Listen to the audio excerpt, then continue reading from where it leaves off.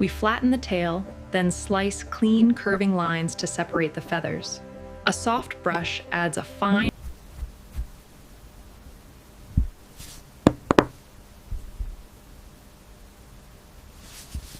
If you loved seeing this tiny engine of grace come to life, hit subscribe. Let's build more masterpieces of motion together.